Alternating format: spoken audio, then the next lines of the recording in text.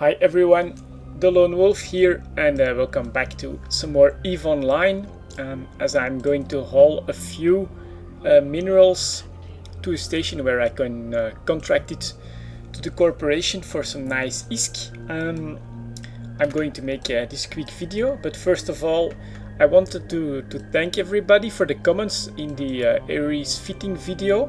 I have to say there were a lot of very nice tips and a very good explanation and the thought process behind what you guys said about how I could change the fit in order to make it better. Someone also mentioned the skills I have to look at in order to be able to make it work, and the way the fitting was posted on the website. Someone else gave the nice tip to take out one of the propulsion low slots, put in another power core so I could get a medium shield extender, because hit points, especially in small scale or group PvP, is going to be a lot more important for my Aries than even more speed. And I really liked the idea to put also a scram in there instead of a shield extender. That makes it a real interceptor that can both lock someone in place from far away if they don't have a micro warp drive, but can also go after faster frigates and shut them down. So yeah, that was a very good comments thread. I read it and I got a few very good ideas out of it. Everybody was pretty damn helpful there, so thank you very much. And in the meantime, I'm arriving right here in Nibale, and somebody asked to make a video about BPOs in particular, so I'm going to do that right here. And in Nibale is my research station, or well, mine. It's for everyone, of course. It's a station with research slots, which is very important, of course. And that's probably the first thing you'll want to try and find. That's a research station that doesn't have too long a queue time. For that, I would say go and try and find a system with a research station that has decently low jumps on any given day. That can be very difficult to find, and you'll have to go to some pretty remote locations. But the payoff can be worth it, of course. If you can have 10 to 12 day waiting times, which we have right here in Solitude, compared to a full 30 days in most high-sec station with research slots that are close to trade hubs, that would be worth it. And there we go, I'm finally docking. So the reason I'm making this video today is because, if I'm not mistaken, one of my research jobs, time efficiency on the Vexor blueprint should be done, so I can put in a new research job. So you just deliver it like any other job, and then here is the Vexor BPO, which in the meantime is 100 material level and 20 productivity. Yeah, that's pretty good. I could go further, maybe gain a bit of tritanium from further research, but really at this point it becomes more efficient to just go for another blueprint. And so I bought the Catalyst blueprint because of the upcoming changes to destroyers. I think it could be pretty interesting. And I also bought an Ogre blueprint, since my brother already has the Hobgoblin and what is the medium drone blueprint, the Galente medium drone, the hammerheads. So yeah, I'm going to go for the heavy drone one, but I'm going to start with the Catalyst blueprint. And yeah, this is just the way I do my research. There's more efficient than right here in the station, but this is of course a lot more safe as well. So you have to trade in some safety, some time efficiency for some safety if you go for station researching. So let's start out with the Catalyst blueprint right here, and I'll start with material research.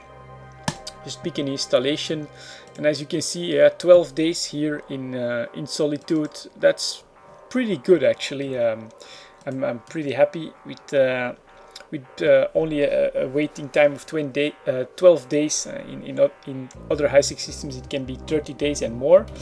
So let's start now. 10 is probably even going to be a bit low. 25 material efficiency would take 46 days. The limit is 30 days. So around probably 15, something like that is going to be close to it. Yeah, 28 days and 3 hours for 15 material efficiency, and then a 12-day wait time. So I'll just accept that quote, and yeah, there we go. That BPO is going to start researching. It costs a small fee, but yeah, you can see I can do 5 research jobs at a time. And I've already basically researched the Vixor blueprint completely, as well as all these fuel BPO blueprints. Those are also at 100. And I'm doing one right here, the catalyst, getting into 200, because I wanted to compare and see how big the change in material requirements is going to be on some of the stuff that still needs quite a lot. So let's, oh no. Didn't want to see market details, but just show info. The bill of materials, something like the isotopes that are still at 400. I'm wondering if that's going to if taking the material efficiency from 100 to 200 is going to have an impact, but it's really going to be extremely small. It's just a bit of an experiment on my part on this one. And yeah, like this, of course, it's completely safe. All my BPOs are right here. If I want to produce some stuff further away, I just make a blueprint copy. Like I have 2 for the Vexor, 1 for the Talos, 2 for the drone control unit. Yeah, you're good to go on BPOs. Of course, finding them, it's just on the market in the blueprints. All of these are blueprint originals. And yeah, you just have to do a little bit of research where let's say an NPC sells them. Let's see. Well, just go for the Galente Destroyer, the Catalyst blueprint. As you can see right here in Solitude, for the Galente ones, it's a very good area. With 16 quantity always, that means that the NPCs are selling them. And of course, the Kaldari one is not found. So that's a bit of you have to choose if you think it's worth it to go and look for the place where the NPCs sell them. You'll have the lowest price. If you want it to be easy, just go to one of the trade hubs. People always bring them there and try and sell them for a small profit. For the BPOs, just go to the market. That's really not a big problem. And of course, if you don't want these waiting times, which admittedly are pretty annoying, you know, I could have finished my Talos blueprints by now if I had done all my research in a POS. We used to have a POS with 2 research stations, I guess it is called. No, not research stations, well, a research module, so we could do our own research there without any waiting times. That was very handy. If you can do it with the POS, I would highly recommend it. Of course, it's going to be a lot more efficient. But one thing to keep in mind is that a POS is less safe and it does attract a lot of attention. We put a POS up 3 times, I think it is, with a 2-man corporation, and we were war decked every time. Usually we did get a few months of research done before we got war decked, but it does attract quite a lot of attention. And yeah, that's totally up to you. You know, if you want to take the easy route and the safe route, try and find a station where you can do your BPO research.